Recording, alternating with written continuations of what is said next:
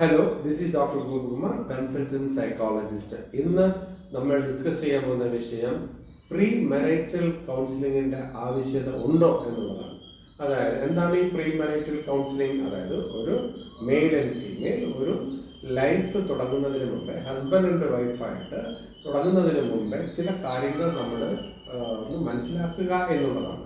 Already നമ്മൾ ഒരു പ്രകൃതിപരമായി നമ്മൾ അതിന് യോഗ്യത ഉള്ളതുകൊണ്ടാണ് ഒരു ഹസ്ബൻഡ് അല്ലെങ്കിൽ ഒരു വൈഫ് ആകാം, അല്ലെങ്കിൽ നമുക്കൊരു പാർട്ണർ വേണം എന്നൊരു തീരുമാനത്തിൽ എത്തുന്നത്. ഓക്കെ, നല്ല കാര്യം. പക്ഷേ ഇവിടെ ഒരു ചെറിയ ഒരു ഇഷ്യൂ വരുന്നത് നമ്മൾ എന്ത് കാര്യം ശ്രദ്ധിക്കണം എന്നുള്ളതാണ്.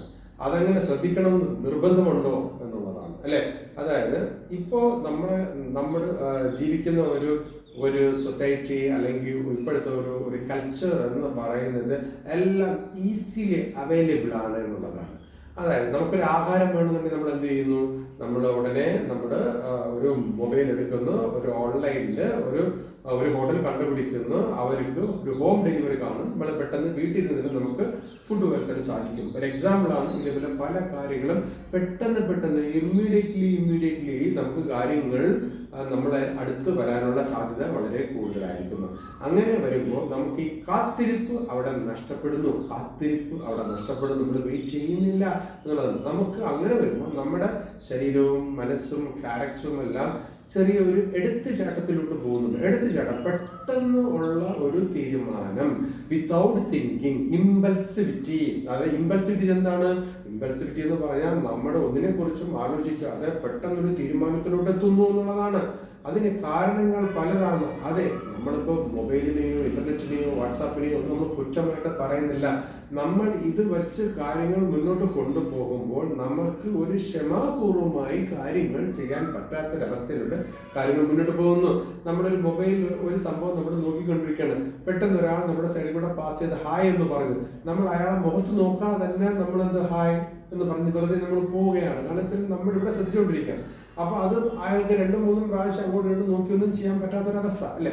അപ്പൊ ഇത് അങ്ങനെയാണ് അത് സെറ്റ് ചെയ്ത് മുന്നോട്ട് പോകും. അപ്പൊ ബ്രെയിനും അതേപോലെ ഈ ഒരു വഴിയിലാണ്, മനസ്സും ഇതേപോലെ ഈ ഒരു വഴിയിലാണ് പൊയ്ക്കൊണ്ടിരിക്കുന്നത്.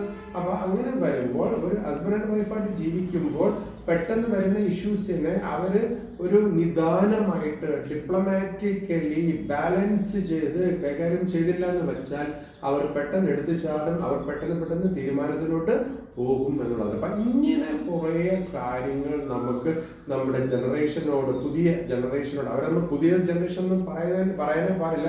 നമ്മൾ ഇപ്പോൾ ജീവിക്കുന്ന അല്ലെങ്കിൽ ഈ ഒരു സ്റ്റേജിലോട്ട് പോകുന്ന ഒരു വ്യക്തി എന്ന് മാത്രമേ അതിൻ്റെ മീനിങ്ങിലോട്ട് വരുന്നുള്ളൂ.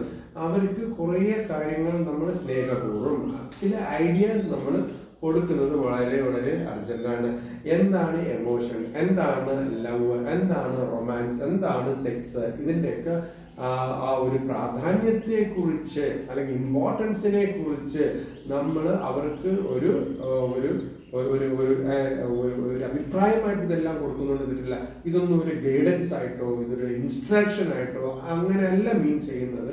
ചില അഭിപ്രായങ്ങൾ നമുക്ക് അവരുമായിട്ട് ഷെയർ ചെയ്ത് അവരുടെയും കൂടെ അഭിപ്രായങ്ങൾ അതിൽ കളക്ട് ചെയ്ത് ഒരു പുതിയ കണ്ടെത്തലിൽ കൂടി ഒരു ജീവിതം മുന്നോട്ട് പോകാൻ നമുക്ക് അവരെ ഒരു സെറ്റ് ചെയ്യുന്നു എന്നുള്ളത് മാത്രമാണ് ഇതുകൊണ്ട് ഉദ്ദേശിക്കുന്നത്.